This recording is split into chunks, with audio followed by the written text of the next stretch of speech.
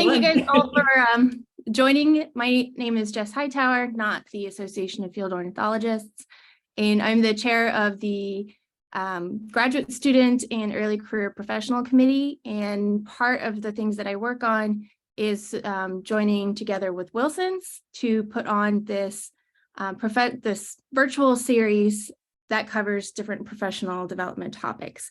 And this is our second year doing this. So we started this back in 2022, and we try to have quarterly events. And this is our first quarterly event of 2023. So thank you all for joining us.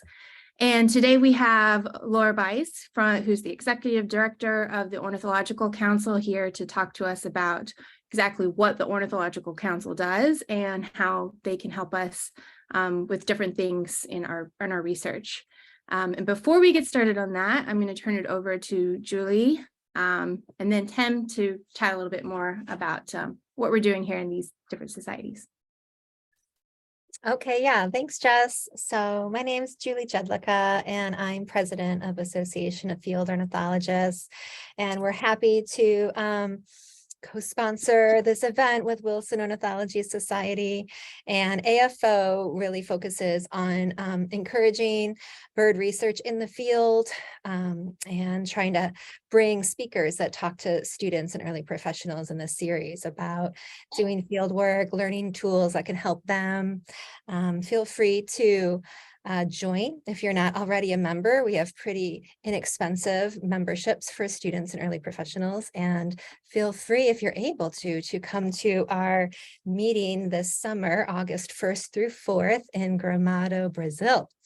So you can look on our webpage. We have a little bit of information, and our big launch of that website is coming out hopefully next week with info on travel awards for students and early professionals along with registration. So thank you. Great plugs, Julie. Good job.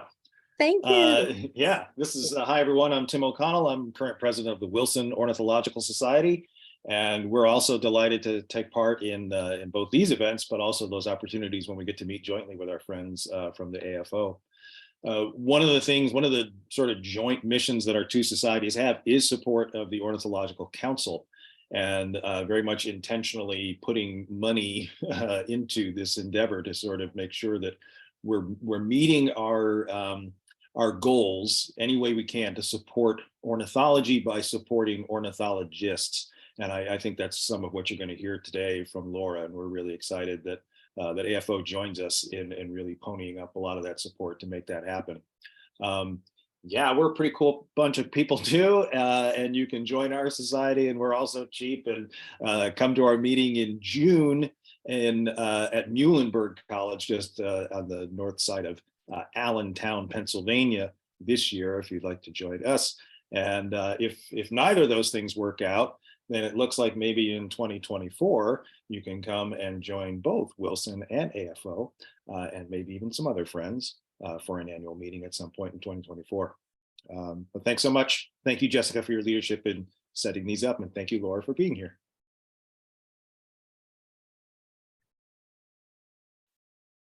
Oh, Jess, I think you're muted, but I will go ahead and jump in here. So Laura Bies, I'm the executive director for the Ornithological Council. I've got a kind of a quick PowerPoint, so let me share my screen here real quick.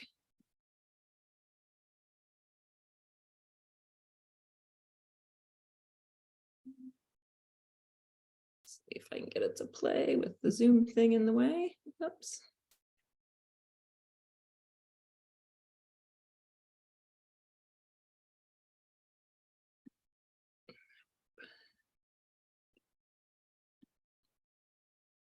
All right, blocking the thing that I need. There we go. Nope. There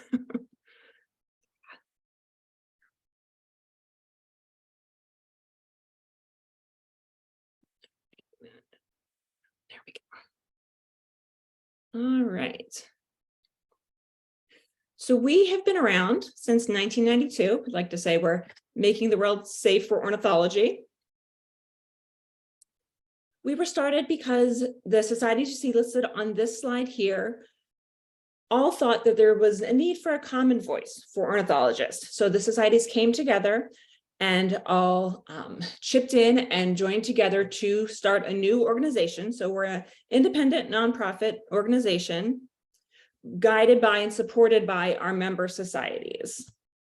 And so what we really seek to do is to ensure that the best ornithological science out there is actually used and incorporated into legislation, policy, and management decisions, to make sure that the ornithologists working out there can pursue their professional activities, and also then to promote the influence of ornithology in public affairs. These are our current member societies. Our membership has shifted and changed a bit over the past 30 years, but not too much. And so these are our current 9 member societies. As you can see, AFO and Wilson are both there, as well as a number of other societies. We're mostly US based, but we do kind of cover the whole hemisphere.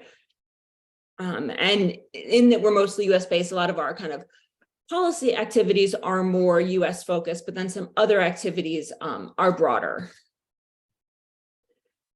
And one thing, probably the big thing that you all are interested in is how can we help you? You may not hear too much about the Ornithological Council, but we're really here to help the members of all our societies. So there's lots of different resources and support that we provide both to our member societies as a whole and also to their members. And then we also like to keep the ornithological community informed about policy issues that matter to you. Lots of things going on, in DC or at the agencies can seem a little opaque and hard to understand if you're outside of that community. So we like to provide kind of easily digestible policy information for ornithologists, including when there's opportunities for you all to weigh in as the scientists who are actually affected by those policies. What we do topically can kind of be divided into 3 buckets. First is animal welfare or IACUC issues. So a lot of what we do is making sure that you have the information and resources you need to do your research in the most humane way possible. We also do a lot, an awful lot, seems like these days, with permits, helping you all get the permits that you need to do the work that you want to do. And that can be both the individual level, actually helping people get their permits, and working with the agencies to make sure that the policy making behind those permits makes sense. Those 2, I would say, are the things that take up most of my time. We also do some work in kind of the broader conservation policy and funding arena. That can look like weighing in on Migratory Bird Treaty Act policy issues, like issues recently regarding incidental take. We've done some comments on that. In terms of funding, we don't get too involved in kind of federal budget and funding issues, but sometimes if there's specific needs that we can see and identify, in the past, funding for the bird banding lab has been something that we've weighed in on, and that may be weighing in behind the scenes with the administration or weighing in with Congress. So that's a way we can get involved in that arena as well. So that's kind of the 3rd thing we do, although, as I said, that takes a little bit less of my time than the more specific animal welfare and permitting work that keeps me mostly busy. So the biggest thing we can offer to our member societies and to their members is our expertise and our representation of them. We work with the agencies behind the scenes. A lot of the kind of policies and rules that govern the things that you all do in the field all the time. We are there talking to the agencies. Those policies and rules can take years to develop. There's opportunities for comment. There's informal opportunities to work with the agencies. So that's a big role that we play. May not be really super obvious, I guess, unless you're directly involved, is that we're there kind of chatting with the agencies, letting them know how their policy changes are affecting you all. We also do kind of the more formal comments on policies when there are opportunities to do that. And then we can also, when appropriate, provide the actual ornithological science to decision and policymakers if they need that. And then we provide you all with news about those kind of policy issues. And that's not a huge aspect of what we do, but it is important for folks to be aware of kind of what's going on and how it can affect them. So we try and keep everyone up to date on those types of things. We also offer kind of more individualized advice and support.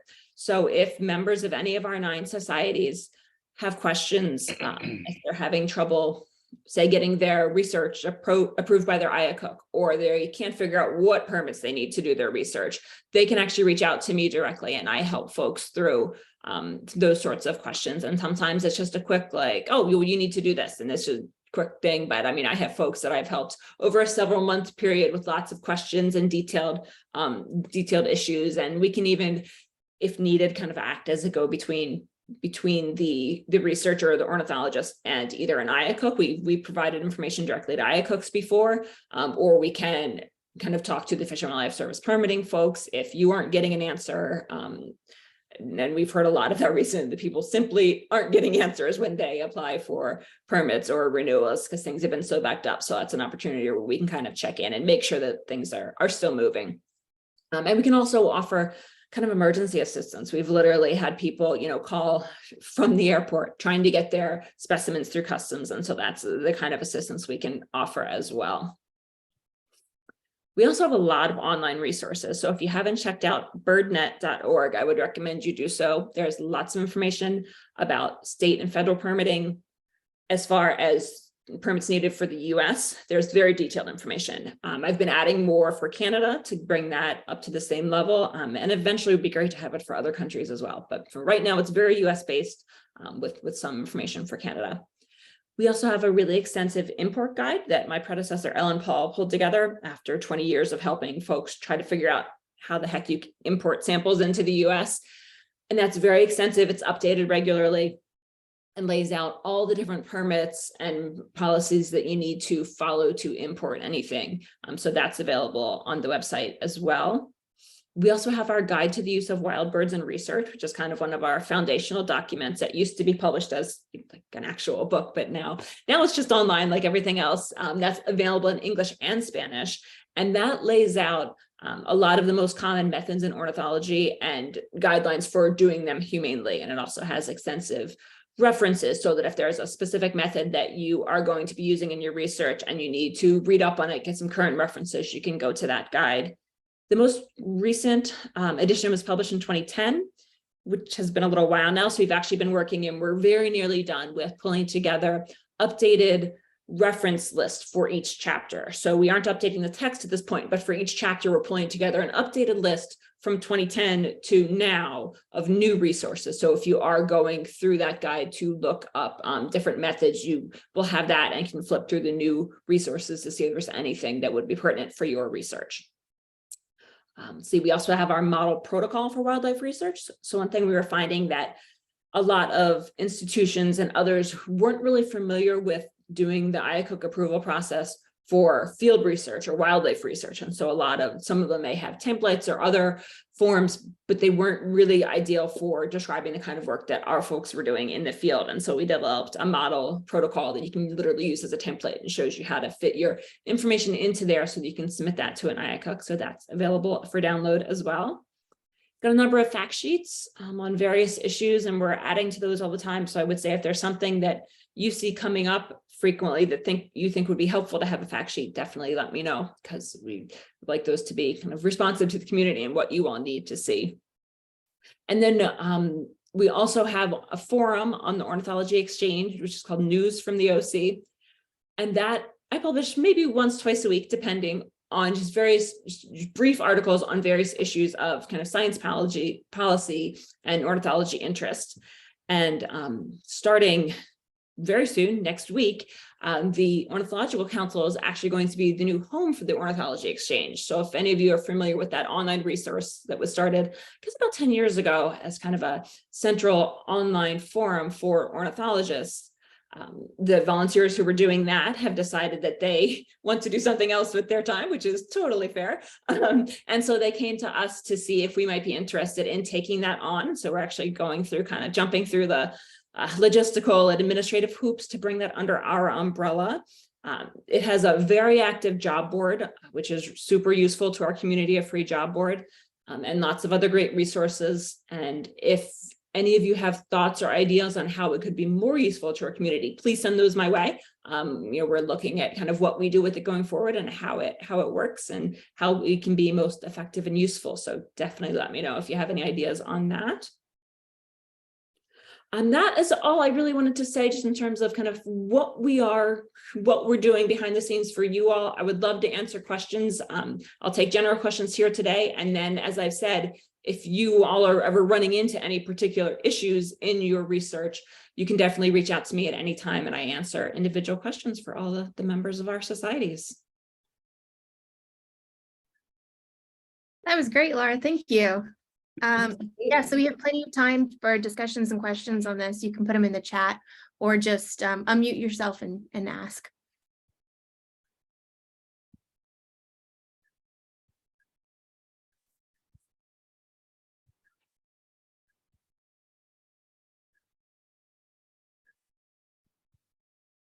Laura, out of curiosity, what are kind of the top questions you end up getting from a lot of people and reaching out? I know you have a lot of sources on your website, but could you walk us through some of those? Yeah, I would say recently, the last 6 months to a year, the most frequent questions have been about the new online permitting systems that both Fish and Wildlife Service and APHIS have implemented. So there's been a lot of changes. And so that also has resulted in, especially on the Fish and Wildlife Service side, a lot of delays. They have gotten very backed up, and then they've said this, like we've been completely overwhelmed and haven't been able to dig out. So a lot of the questions I've gotten recently are often just like, hey, I submitted an application for a renewal 6 months ago and I haven't heard anything. And that makes people super nervous. And, you know, even some inquiries to regional permitting offices have gone unanswered. And that's just mostly from what I've heard from the permit folks, a workload thing. The transition to the new e-permit system didn't go quite as smoothly as they would have hoped. Things got really backed up. So one thing that's important for folks to know is, for a lot of those Fish and Wildlife Service permits, if you've applied for your renewal, you're good to keep working. That's not always clear to people. And some people aren't super comfortable with that idea that, like, well, my permit says it's expired. If I'm out in the field, what proof do I have that it's still good? So that's one issue we've been kind of trying to work through with them. That, like, look, if you're not going to get to these in a timely manner, how can we make sure people are comfortable still working? So that's been a common question recently. And then AFIS also developed a new system for their import permits. So there have been a number of questions about that. It's a little clunky. I feel like maybe it's slightly less clunky than the previous system, but it's still not great. But our import guide has been updated for both of those and provides some kind of helpful tips. Because whenever I get a question about how to do something in those systems, if I can't figure it out, I go to the agency folks and they'll tell me, and then I, put that hint into our guide so that hopefully it can help other people. Because a lot of it isn't super intuitive, especially on the APHIS one, kind of how you select what materials you're trying to import and all of that. It's sometimes a little unclear. So those are the big questions recently. Tim? Yeah, I guess along those lines, can you talk a little bit, Laura, about any degree to which there is discussion or conversation about streamlining? So one of the things that would presumably release the logjam of permitting would be to require fewer permits for things. Are those conversations even happening? And if they are, sort of, what do they look like? Yeah, unfortunately, things seem to be going the other direction recently. Yeah, and I've asked questions about streamlining, like, couldn't we get the bird banding lab permits on the same system as Fish and Wildlife Service? And the answer to that was, oh, but they're a different agency. It's like, well, you're both in interior, it can't be. So I've made those kind of requests. None of that seems to be really on the table. And actually one change recently has made them need a lot more permits. They recently have changed for import and export permits. Institutions, specifically museums, used to be able to kind of get what we called a blanket permit. It would cover all their imports and exports for the term of the permit, which was usually 3 years. And recently, Fish and Wildlife Service, and I think it was their attorneys at Interior, have decided that that's not legally defensible, and the permits need to be specific.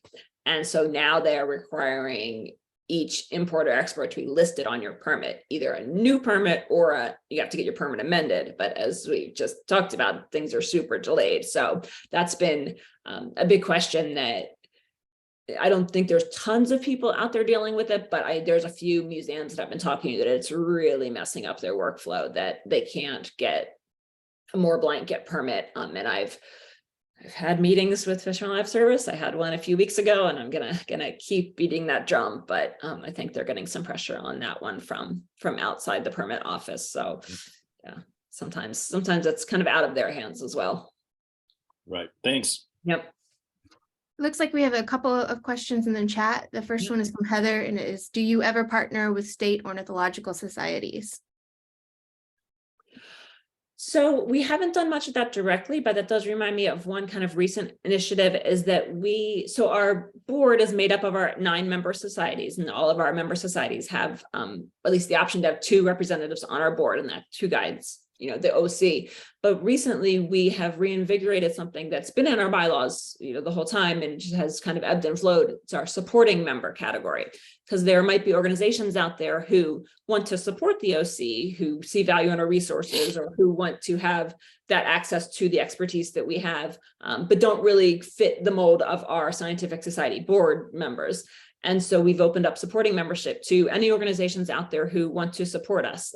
It's $250 a year for local or regional organizations, $500 for national or international organizations. And so we are starting to see a couple bird observatories and other folks taking advantage of that. So that is one way that we've been reaching out to state ornithological societies to see if they'd like to partner together, with the idea of just creating a broader ornithological community and making sure our resources are available to whoever needs them. Yeah, Laura, I may follow up with you. Do you have maybe materials to make the pitch for state ornithological societies? Because we have a very active one here in Ohio, and I'd love to get them involved in supporting the OC. Yeah, that would be great. There's information on our website, but I can follow up with you. Yeah, with some stuff. Great. Yeah. Thank you. Awesome. And then it looks like we have a question from Jeff that says, many years ago, there was a lot of variation in the handling of permits by different regional US FWS offices. And is this still the case, or have things improved? That is still the case. Fish and Wildlife Service has been working recently, as long as I've been doing this, so 2.5 years, I guess, on kind of developing more internal procedures so that at least somewhere there's written guidance on how these things are supposed to be handled, so how permits are supposed to be issued. And they've been doing that. One problem is those are internal working guidance that I can't access, public can't see. So it's kind of hard to know exactly what those look like or how far along they are. And from what I've seen, even when those are completed on various topics, there's still a fair amount of regional variation. On the blanket permit issue that I mentioned a minute ago, the headquarters office says you can't have blanket permits for import, export. They have to be specific. That's the rule. There's no way around it. But I've found at least 2 regions that are still issuing those blanket permits, which is on kind of an interesting line to walk, because I want them to keep doing it. So it's we're trying to figure out how to have that discussion with Fish without selling out the regions that are still doing it and allowing our folks to get their work done in a timely manner. So still a fair amount of variation. So I kind of had a question related to the permits and even IACUC, that maybe someone coming into it that has never gone through one of these applications before, if there are common pitfalls that you see or some tips on maybe getting it through smoothly instead of having it, if there are common things where it gets kicked back or something like that. First thing I would say is apply early. That's the biggest thing. And some of the Fish and Wildlife Service materials may say, allow 30 days, allow way more than that if possible, wherever you can really get them in early. I'm talking like 3 months early, 6 months early. If you know what you're going to be doing and where it's going to be, if you get the permits in as early as you can. Fill the forms out carefully, or the online form out carefully, give them all the information they're asking for, but don't give them a million things they aren't asking for. I'm talking to some of the permit folks. I've asked them this question. I was like, okay, what can I tell our members about how to make this easiest on the permit examiners? And they said, like, look, we're not interested in your entire CV. We don't want to know about every project you've ever done in your entire career. We want to know about this project. Give us the information we need to look at this project and make our decision, but don't give us a bunch of extraneous stuff. So kind of walking that line between making sure you're filling it out completely and giving them all the info they need, but not overwhelming them with stuff they have to wade through, and just being early as possible. So we could have another question in the chat from Cecilia, and it says, could you help or give us advice with CITES import permits? We are an Argentinian research lab in Argentina trying to export samples of a CITES 1 species to make analyses with colleagues in the US, and it is taking too long. Our export permits have expired waiting on the CITES 1 import from the US. Yeah, I'm not surprised. They're really backed up. Why don't we connect individually, CC, and I can try and help you figure that out, because that with the delays they're seeing, that's what folks are dealing with, right? Is that the other permits are expiring before they can get the permit, all the permits they need. So you can, birdnet.org is the website, and it has my contact info, or Laura Bies OC at Gmail. So reach out and let's see what we can do. And you're not the only one.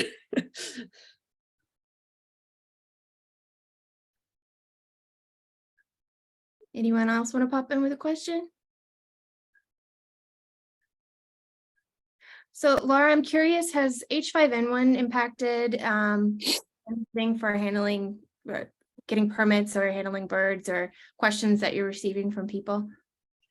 Got a few questions of folks wondering if it's going to impact anything. I haven't heard about any impacts yet. I have quarterly meetings with Tony at the Bird Banding Lab, and just we just share information and keep each other up to date. And so I asked him this question, if he foresaw any changes to the coming field season or banding permits because of it. And he said he had kind of been asking the same question himself, and was waiting on guidance to come from other agencies about it. So it seems like there could be impacts on the coming field season. No one's clear on exactly what those could be yet, but it's something that's kind of on everyone's radar screen. So as soon as I asked him that, as soon as he has guidance from other agencies, to let me know so that I can let our folks know. But it seems like we're kind of just in a waiting game at this point.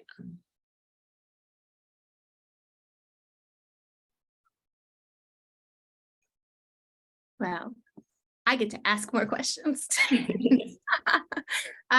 So I think one of the really cool things that you guys do is the policy aspect, because you're kind of gathering all this information from other scientists and then in a position to inform policy. Can you talk a little bit about how or if the OC is involved with policy or decision makings for ornithological research a little bit more? Sure. So as I said, it's one of the three main things that we do is get involved in conservation policy. We try and be pretty picky on the issues we get involved in. There's lots of, kind of nonprofits or other professional societies out there involved in the policy world.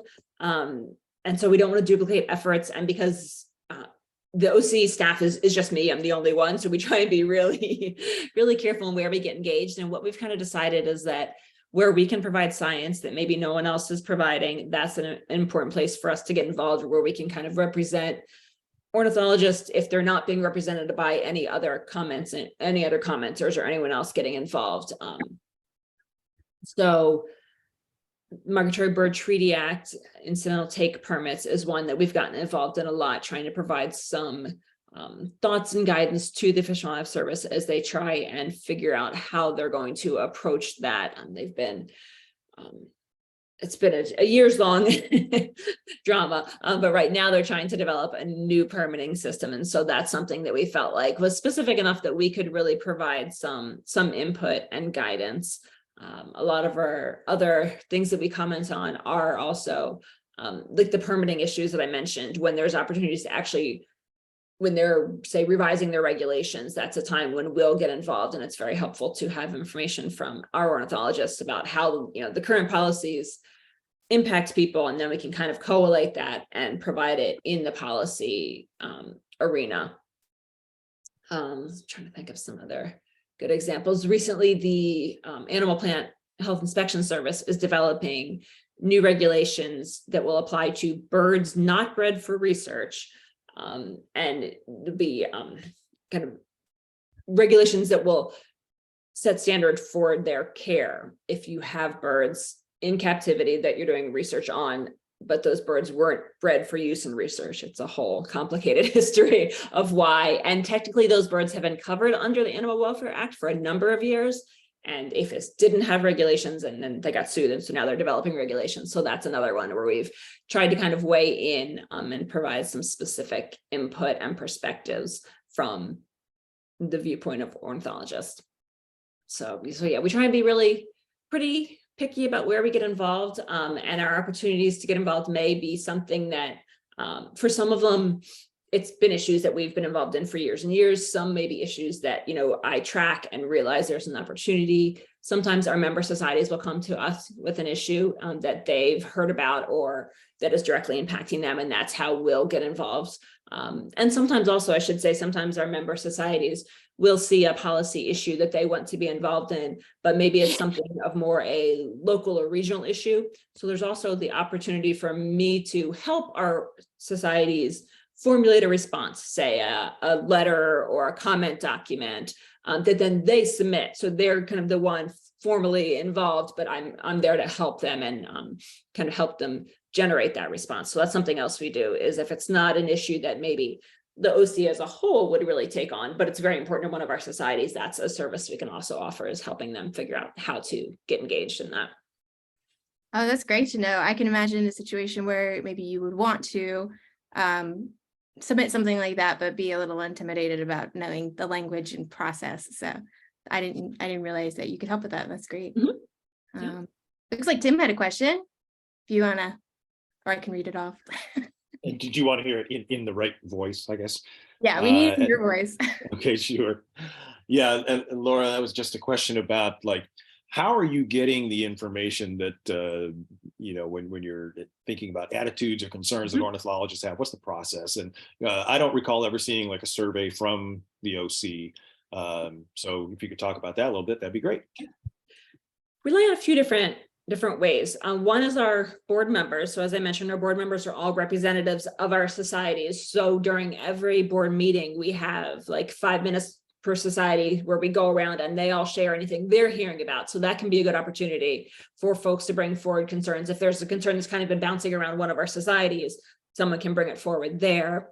Another one is just kind of people who reach out to me, you know, people who I know in the field who say, hey, this is a problem, or people who post on OE and I see the post that, you know, this might be a problem, which is why I always encourage folks, if there is something you're dealing with, like, shoot me a line. Don't assume that we know about it, because we don't always know about everything. It's super helpful. And it's also just helpful to have those kind of individual stories of how a policy affects a person, rather than just me going to the agency and saying, we don't like this policy. I can say, you know, this is why. So those are super helpful.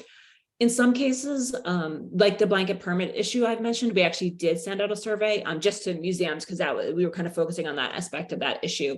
So we have done that, where we asked for folks' feedback, just, you know, over SurveyMonkey, and kind of pulled it all together so that we could go to the agency with some actual data on how it was affecting folks. So yeah, it's a variety, you know, of more formalized aspects, and then just, yeah, kind of, you know, what I hear from folks out there working in the field.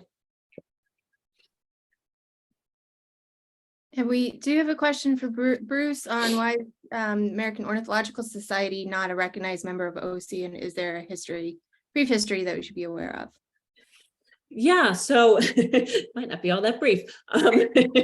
A few years ago, the AOS decided that they no longer wanted to support the OC. That was kind of happening right before I came on board, so I wasn't involved in any of those discussions. By the time I came on board, their board member was finishing up their last few minutes of their term that they admitted to, and then they were gone. But they had just decided that for a long time, the AOS had supported the OC at a very high level. They'd been a good chunk of the contributions each year. And I guess internally decided that that was no longer where they wanted to put their priorities, and decided not to continue support. We've since reached back out to see if a different level of support might suit them better, just in the interest of having a more cohesive ornithological community and having everyone be representative. And they were not interested in that. So yeah, I mean, that's kind of all I know on that. I do know, I'm not sure if it's still open, but they were doing a member survey and wanted to hear from folks about future directions for AOS. So we were encouraging folks to reach out and tell them that they might want to reconsider their decision about OC, but I don't know if they're still taking feedback on that. Yeah, and I'm sure there was much more kind of internal dialogue about it than I'm aware of, but yeah, we've just gotten the vibe from them that they're not interested. This isn't a priority, and you know, they're happy to use our resources and refer people to our website, but they're not going to be members. I would love to see more PIs and labs direct their students to this, because this is something I kind of stumbled across, and it is such a valuable resource to students. So yeah, if as much as we can spread the word would be fantastic. Does anyone else have a question? So I was a little bit curious because you're updating your handbook and you've got all of these references that are informing things, and like, you know, when you're filling out your IACUC and you want to draw blood from a certain number of species, and then you've got to have all these references on the harm to the bird and what kind of techniques you're using, or like certain numbers for banding and what percentage of it is dangerous for bird handling, just things like that. Are there areas that you can identify where maybe there are some gaps in our knowledge or things that need updating that, you know, people who are out there doing the research, maybe we don't know that those are gaps, that we need to actually have that documented in the literature, and need to be more proactive about getting that out there? Is there anything that you can identify that, you know, we could work on getting that documented? Yeah, the one that comes to mind most quickly is rapid cardiac compression as a method for euthanasia. That has come up a lot. That is something that the AVMA has expressed serious concerns about and kind of limited its use in their guidance, which the government then relies on. So that is something that I hear about a fair amount, and it's something that we don't have a lot of references on in different species. So folks do get questions about that, and I'm kind of limited in the resources and information I can give them, because we just don't have much on that one. And it is a common question for IACUCs and other reviewers to look at. So that, yeah, is one that comes to mind as something that, yeah, we could definitely use more research on. Good to know. And then, yeah, another one maybe not be something that folks can as directly be involved in or do research on, but a question has come up a fair amount for scientific collecting permits, kind of what the take limit should be. And this is something that a lot of people come to me and say, oh, I requested this many, but Fish and Wildlife Service says I can only take this many. And, you know, they were asked to justify the number they want to take. And that kind of gets tricky. And Fish and Wildlife Service doesn't have any real set policy or guidelines on how they determine how many is okay of a species to take. And this is another area where the regions really vary. And some say, you know, 10, you can only take 10 of any, and it's not based on anything. So that's something I've been talking to them a bit about, is how we can come up with some guidelines that actually make a bit more sense. And it's something they're interested in, but also it's going to take a lot of time and a lot of data. You know, the MBTA covers over 1,000 species. So the idea of, you know, having a take limit for each species, and they've said, like, we can't do that. There's no way we could pull that together. So they're thinking about ways to group them or focus on specific species and have kind of more useful guidelines, so that people who are getting permits can know what they can ask for and know why they can ask for that many. That's good to know. I've definitely fielded questions from students on that, and it's like, you do the power analysis and your sample size is huge. Like, you can't take that many. So, yeah, it's a balancing act for sure. Mm. Tim's got a question. I'm loaded with them today. Laura, so I work with a bunch of like wildlife people. I'm in a natural resources department. And in my experience, people who identify as sort of wildlife biologists or wildlife managers, they're much more in tune with some of the legislative things that might be, you know, under consideration in Congress, for example, than a lot of our people who might identify more as strictly as an ornithologist, maybe especially those studying non-game species. So with a very specific example of RAWA, what's your experience of like how people you're interacting with even know what that is? And what would be your best advice for how we could help support it and maybe actually get it passed at some point in the future? Yeah, that's a great question. And more in my heart that wildlife people are more involved in policy, because for 10 years I was at the Wildlife That's Society right. doing government affairs. So That's your legacy. it's still working. Yeah.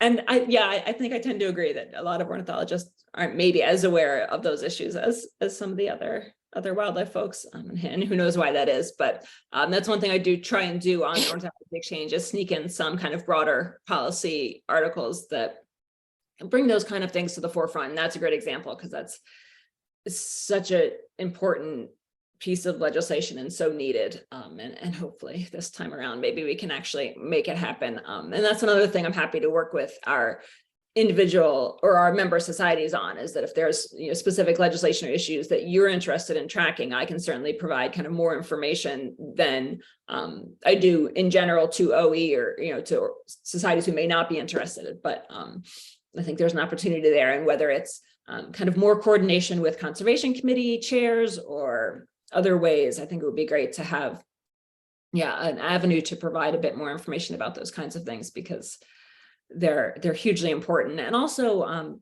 the OC taking over or bringing the Ornithology Exchange under our umbrella might also provide an avenue to kind of highlight those things more. Now all the content on there, or a lot of the content, can be from the OC, so we'll have a bigger platform to put those things maybe on the front page of the OE as opposed to in the forums and things like that. And we could maybe even, one thing we've talked about is, and we talked about this previously within our board, was better highlighting things where there's an opportunity for comment or for folks to actually take an action. And I know that's always something that the Wildlife Society too was always something that made folks a little nervous, was asking people to actually, like, call your senators. Was folks had a hard time doing that, but there might be opportunities where we could highlight that more. Yeah, that leads into, I guess, a follow-up question. Like, do you have a sense that one approach is better than the other? I mean, so this particular proposal had bipartisan support, and mostly it's just sort of, wasn't brought up in the omnibus bill this year. And that might just be, concerns about its funding or whatever. But to build that momentum, is it better for we as individuals to contact our representatives and senators and say, please support this? Or, I don't even know if it's an either or, do we need official statements from societies? Does that carry weight or not? Yeah, I think both, really. I mean, I do think the more that members of both the House and the Senate hear from people in their district, in their state, that this is important to them, the better. And especially, I do think it makes a difference if you're saying, look, I'm an ornithologist, I work in wildlife, and I think this is a good idea. Those kind of outreach efforts, I think, really do make a difference just in increasing awareness in the Congress of the issue and of the piece of legislation, and knowing that there's a broad coalition behind it. And that said, I mean, it's certainly helpful when organizations of all sizes, formally support it as well. But yeah, it is really helpful to reach out to your members and let them know that you support it. Yeah, and it's super easy. It seems really intimidating, and it's super easy. Yeah, well, I just have a little form thing, and I bug mine all the time. They're probably sick of me. Yeah, and without putting you on the spot, could you maybe summarize RAWA for a minute or so for people who are here on this call? Sure. So RAWA is the Recovering America's Wildlife Act, and basically it would provide funding to state and tribal wildlife agencies. A lot of those agencies right now don't get very much funding from the federal government. They get some funding for game species, they get some funding for endangered species, but for kind of the common species, the rest of the species, which is a lot of them, they get very little or hardly any funding from the federal government right now. States have different funding mechanisms at the state level. Some do pretty well. Some get a lot from license plates. Some get, they have lots of different mechanisms, but really across the board, none of them are getting what they need to really conserve the species in their state. So this has been an effort underway. Oh boy, I mean, long before I was started at the Wildlife Society in 2005. It's been under different names, teaming with wildlife for a number of years to really get them the funding they need to conserve the species that have all now been kind of laid out in state wildlife action plans. So they actually have plans to implement to protect all these species and not the funding to do it. So the legislation would provide that, and it would be dedicated funding for these agencies year after year. And they got really close in the last Congress and kind of got hung up on exactly where that funding would come from, which is kind of always where you get hung up. So, you know, the effort continues, and there's lots of organizations working very hard to try and get it through. But yeah, very important piece of legislation. And if they can just figure out how to get the money, which in the scheme of kind of federal government stuff is not even that much money. So, right. Yeah, Yeah, thanks for that. yeah, absolutely. Looks like we have another question in the chat. It's from Heather, and she asks, how do you think Ornithology Exchange can be promoted more? I think it's such a great resource and the job board is really well utilized, but it seems like fewer people keep up with the forums, marketplace, etc. The fact that more ornithologists don't use it is really surprising to me. Yes, I agree. I mean, partly it's, you know, it does seem like, you know, an older technology, I just think the idea of, you know, going to one website with forums isn't maybe what a lot of folks do anymore, probably, especially the younger, you know, members. That's the less intuitive way to connect than it might be for some others. But I think there's lots of potential there. And so, yeah, that's actually one thing I'm thinking about is, okay, how can we make sure people know this is still there? The job board gets, yeah, like she mentioned, tons of use, but other forums don't get as much. So I don't have lots of great ideas, but I am open to ideas. So if anyone has any great suggestions, I think probably, you know, one thing, it hasn't really been tied into social media in any way. And so that could be a way that would be helpful. I do, when I post on our news from the OC forum, I post those on Facebook, which is just where the OC is, because it's only me and I can't manage a bunch of different platforms right now. So there might be the potential to do more of that, or to, yeah, you know, make the jump to other platforms that more people use besides 48-year-old women. But there's definitely, yeah, potential there. And I think, you know, hopefully our societies can also be partners in that and helping get out the word to their members that this is still a useful place to connect. Yeah, Laura, let's chat soon. I know some questions came up recently about the switch of you know, moving the resources to the OC. So Yeah. I have some ideas about some ways that we might make that a little bit more engaging for the audience who didn't grow up with Web 1.0. And Excellent. and Yeah, I had you on my list of people to reach out to, so that's great. Okay. Yeah, and it would be great if we could get our younger membership to maybe chime in on places that they would check or ways they would get that information, because yeah, I'm kind of stuck on, you know, Twitter and occasionally Instagram, but there might be something else out there that I don't know about. So yeah, maybe a Discord server might work really well, but we can talk about some of these ideas. That's a good idea. The standard for sort of wildlife and fisheries students, some of whom might be ornithologically inclined, but others aren't, is to go to the job board managed by Texas A&M Wildlife Department. But that one is getting increasingly, like, it's just busy, and it's really easy for something to get posted and then just other things get posted and it gets shoved down the list. So in recent years, I found the Ornithology Exchange jobs board to be much easier and clearer and easier for people to find things. yeah, I definitely, back when I was looking for tech jobs, noticed some overlap, but there were still jobs on Ornithology Exchange that didn't get posted on Texas A&M, especially for international positions. Yeah, our standard is to post both in both places and then hit Twitter and then hit LinkedIn and all kinds of things. But I haven't used my Discord server for that yet, Matt, so I'll be thinking about it. Yeah, that works really well for other projects that I need to do, and there's a nice community environment to that. So I think it could potentially work really well for this. And it's no cost at all to use the Discord server. So anyway. Well, are there any more questions? We have a few more minutes left, so. Oh, here we've got one in the chat. Can you remind the AFO and WOS members the names of the OC reps? Or OC reps? Yep, sure. So for AFO, we have David Aborn and Scott Stolson. And then our Wilson reps are Bob Curry and Dan Clem. And for anyone who might be curious, all the names of our reps are on our website. Like I said, organizations get up to 2. Some just choose to have 1, depending on if they're a small organization, they might just appoint 1, but they all have the right to have 2.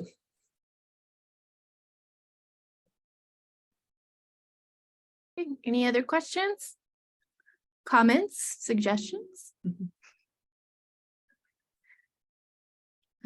Great.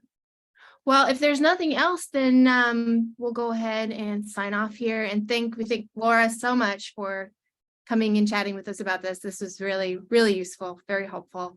Yeah, and look forward to keep telling people about the OC and all the ways it can help. So thank you so much. Really appreciate it. Thanks for having me.